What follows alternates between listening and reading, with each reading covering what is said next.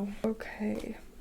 Welcome back to Cold Dips, everyone. Wow. It has been such a long time since I've said that, I think. It's definitely been, I want to say, like, maybe a month or almost 2 months. Somewhere between a month and 2 months. So I'm finally back with some more content because it has been too long and I needed to make a new video. I felt really bad because I know I need more content on my channel. This will be my first video of the new year. I mean, recently I've just kind of been having to take care of just some like health things, and that's sort of what's been keeping me away for a while. Also just having to work a lot more recently, so that's just kind of, I guess, my explanation for not being here and being just so tired all the time. But yes, I am back with some more content, and honestly my plan for today's video, you could probably already see the title of the video. So this I had originally planned to do at the end of last year, but the holidays just kind of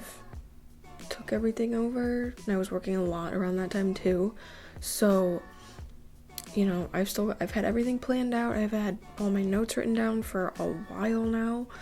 I just needed to make the video, so that's what we're doing today. And I hope everyone can just sit back, relax, and enjoy it, because there's just been so much craziness going on in the world recently. Just, you know, trying to stay level-headed and not, you know, lose myself in all this mess and still just stay calm. But that's what we're doing today. Is I'm just gonna be going over my favorite songs and comebacks, my favorite B-sides, and how I ranked the comeback singles for Twice for 2020. Now that we're in 2021, we haven't had another comeback from them yet, so I figure I might as well get this done before that happens. Who knows when that'll be, so just gonna do it. So disclaimer, these are just my opinions, my preferences. How I sort of rate reactions and other songs I listen to is different. How this is gonna be, just because this is just, you know, what my favorites are and why I like rank them that way. It's nothing to be taken too seriously. It's just what my preferences are for these songs. So hopefully everyone can respect that here. All right, I just picked my top 5 B-sides, and then we had 5 comebacks, I guess. I mean, Cry For Me is in there, and I kind of count that as a comeback in a way, because it was a single, a title track, so I'm counting that on there. So we're gonna start with the B-sides first, because this year for B-sides was excellent. Granted, 2020 was like my first year like really standing Twice, so I wasn't like, I guess, really paying attention to their full-fledged comebacks in previous years, so that is also something to keep in mind. So for number 5 on my top 5 B-sides, I had Hell in Heaven, mainly because there was just some like serious like spicy guitar plucking going on, and I do play guitar. I haven't said yet on this channel, but yes, I do, for anyone who doesn't know. So I'm always going to be just a little bit more biased towards songs that have like some really cool guitar stuff going on in them. In this one, there was just some really spicy like finger picking or plucking going on. It was spicy, and the vocal color in the song is just in its own league, period. Compared to a lot of other B-sides I've listened to from them, it just has its own, you know, color, and it stands out a lot. It's a lot more airy. Like, it sounds like there's more air coming through, and it's very crisp. Nayeon and Jihyo had some very powerful points in this song as well. Main and lead vocalists just hitting powerful notes. For number 4, I had Make Me Go for the More and More album, and basically why I put this one as 4 was because, you know, the vocals ride the rhythm like straight up butter, and, you know, I'm here for that, and it's amazing. And it's like kind of a little bit sexy and spicy here and there, you know, and there are like some horns thrown in there as well, thrown in very tastefully, you know, not too much, but like just enough to where it's like it balances itself out in a nice way. It just adds more dynamics to the song. The bass is freaking groovy as heck. And then there's also at the end of some of the verses like this cool kind of like tremolo effect where it like, you know, bounces back and forth. And out of all the songs I do have listed for the B-sides in this list, I would say this song probably does the best job, or the best job to me, at creating the most tension in the song. Again, to keep you drawn in and listening and not getting bored as you continue listening through the song. And overall, just keeping the ear stuck to the composition like glue. And then for number 3, I had Up No More, which was written by Jiko. This song just really, really grew on me, period. Like, the more I listen to it, the more I love it. Yeah, so apparently this song was written by Jiko about insomnia, apparently. But it's super spacey, very catchy, but still, like, the lyrics are kind of dark, but it still just kind of has this, like, very calming, lightheartedness feel from the instrumental. Kind of balances it out. It also fits in with, like, the disco trend going on a little bit, because it kind of has that beat to it. Like, it's straight up 4/4. And then there's just, like, this trap breakdown in the bridge that also just creates some great tension, which I love and need. That's typically what I'm more attracted to, so songs that have more tension pulling in them is typically what's gonna rank higher on my personal preference list. Just side note, just so you know. Number 2, I had Handle It, which was written by Chaeyoung on the most recent album for I Can't Stop Me. Wow, I'm getting kind of raspy. I knew I'd love this song from like the first few seconds of the preview I heard of it. I love this song so much, even though it is kind of sad, but yeah, I think this is probably my preference for vocal colors within any B-side that they put out. And again, it's kind of like a new side of Twice we haven't heard before. The song in and of itself is very minimal instrumentally, so it's mainly driven by the vocals in this song. You can just seriously feel the emotion in this song. It's almost like an emotional restraint, because it's not like a full-on like, ugh, I'm pouring my whole heart out, but it's kind of like, oh, I'm gonna like try and not cry while singing this kind of a deal, something like that. It's hard to sort of make that a feeling in a song.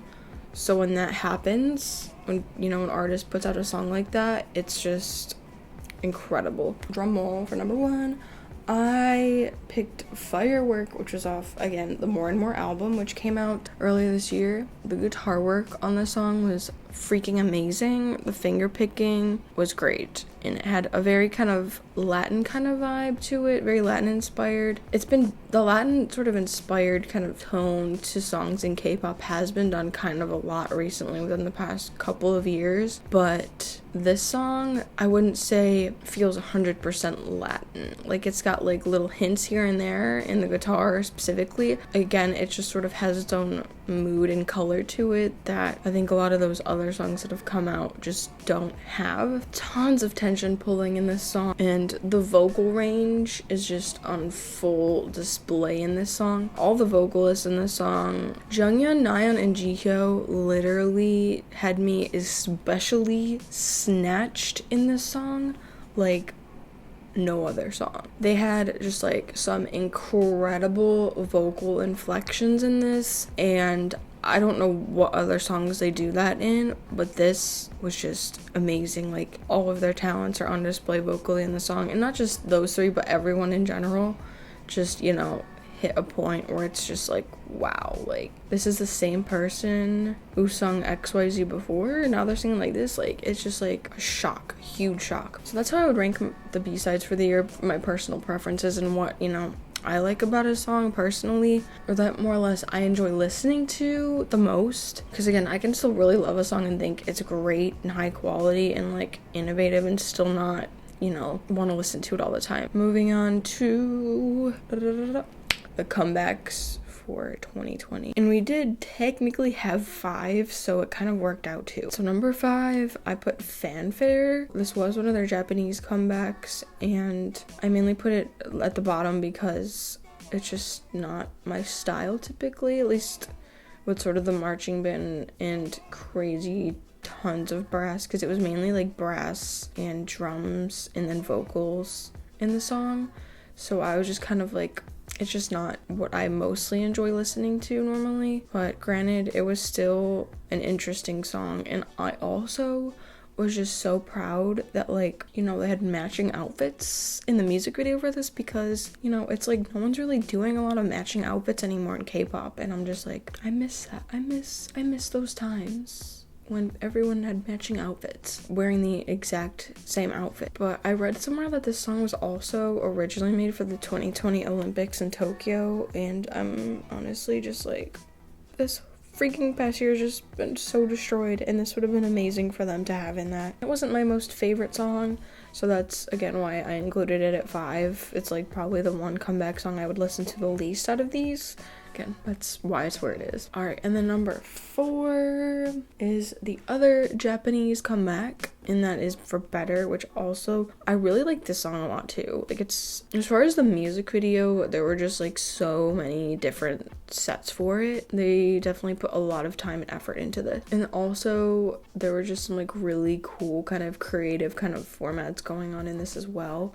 And then there's also that shot in the beginning where they were all in like those different like windows. But yeah, they had that. They were all in those different windows at the beginning and at the end. The solo sets were like really cool for like each individual member's solo shot. It was just like something totally different for each member, and it was awesome. Throughout the video, there was almost like this kind of warmth kind of feeling to it. I'm not sure how. I think it might have been just like how they color graded it. Those athletic outfits they had were dope as heck. Like, I want more of that. Like, those outfits were like some of my most favorite of their outfits that they've ever worn, period. The only thing I would say is I don't think this song is as cohesive as previous singles ahead of it. Some of like how the outfits and everything played in with each other just didn't make a ton of sense to me.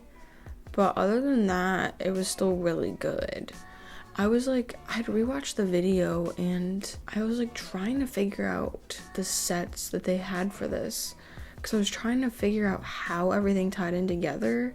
It almost seemed like they were at like some kind of college or school campus or something like that. And also, it took me forever to realize, but they were like literally dancing on the side of a building.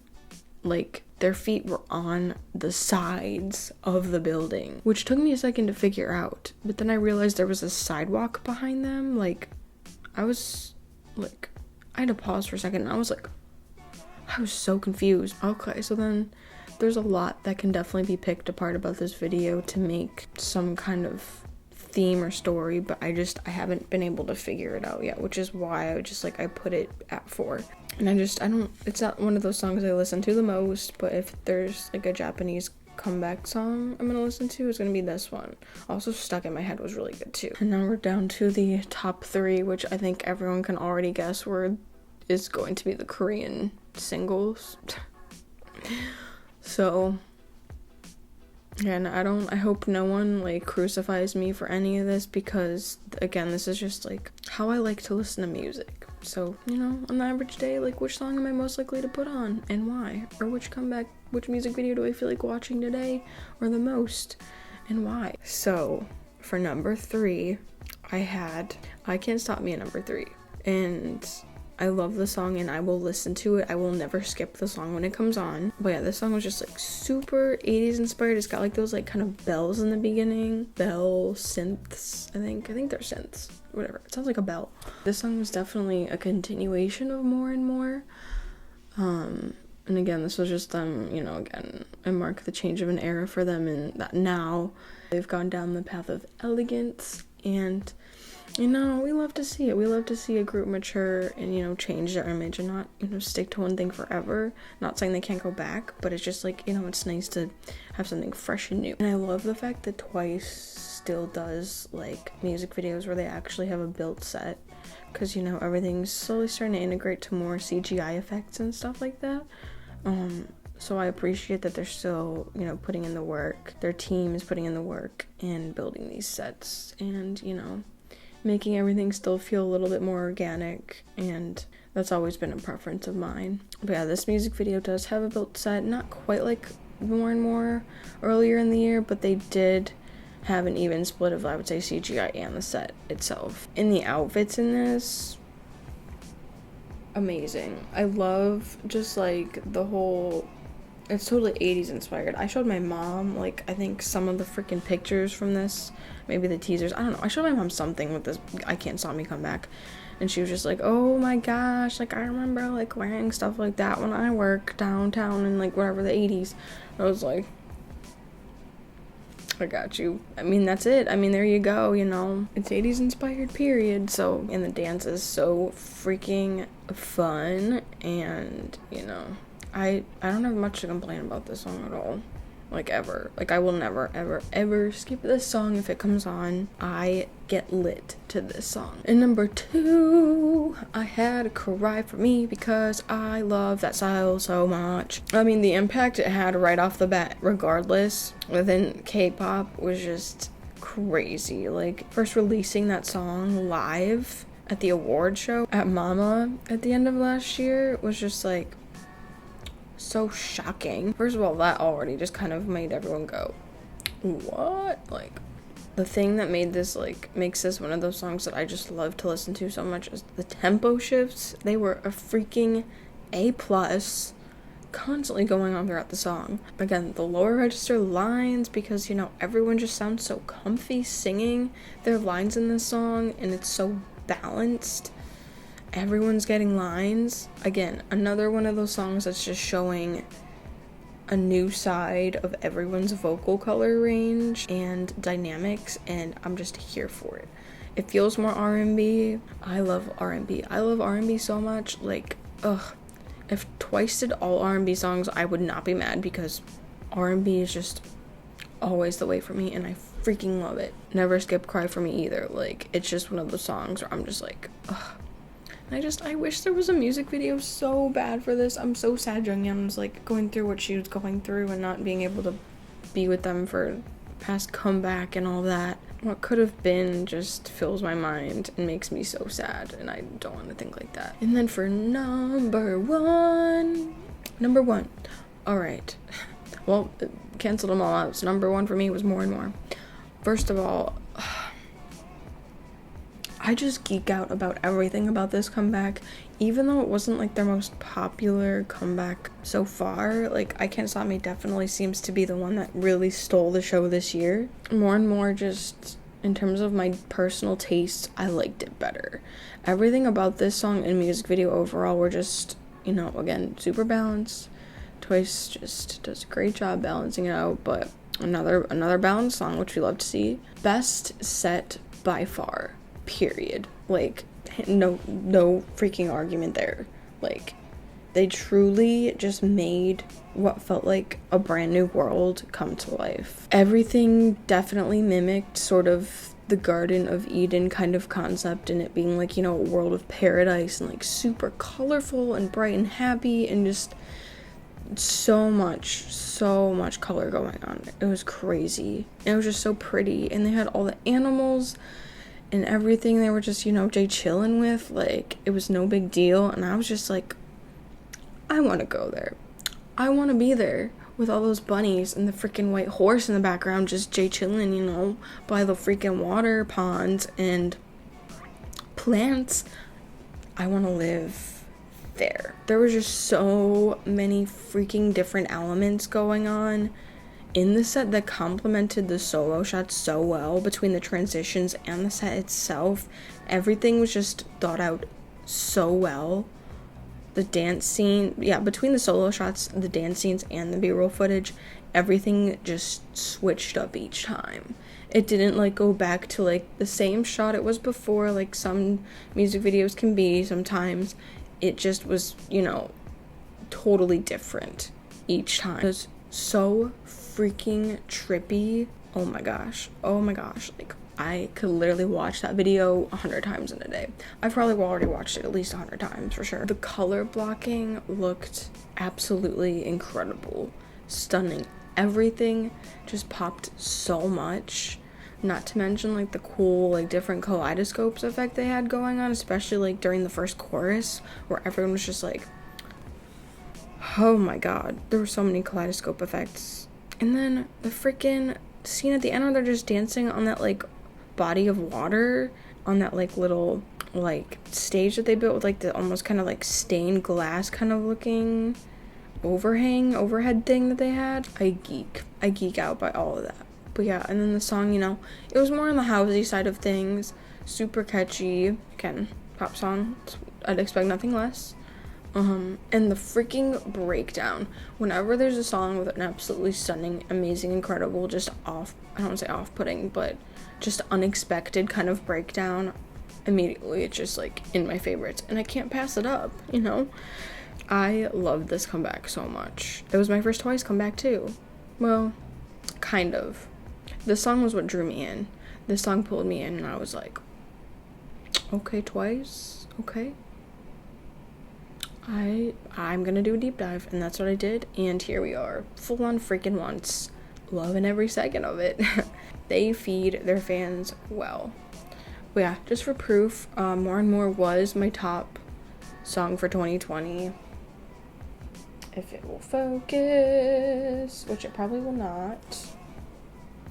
There you are. Did I lie? But yeah, I mean, this year was just incredible for music, even amongst the pandemic.